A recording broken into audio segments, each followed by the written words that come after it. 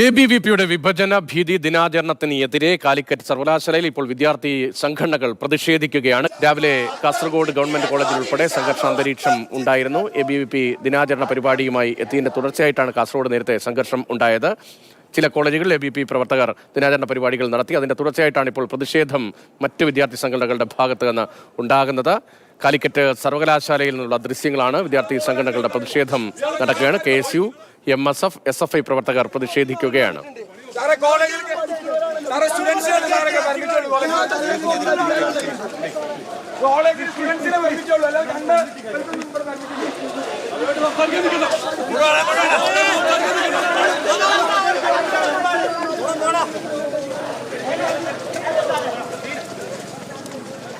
കാലിക്കറ്റ് സർവകലാശാല പരിസരത്തു നിന്നുള്ള കോമ്പൗണ്ടിൽ നിന്നുള്ള ദൃശ്യങ്ങളാണ് ഇപ്പോൾ കാണുന്നത്. MSF, KSU, SFI വിദ്യാർത്ഥികൾ പ്രതിഷേധിക്കുകയാണ്. പോലീസിന്റെ ഇടപെടലും അവിടെ ഉണ്ടാകുന്നുണ്ട്.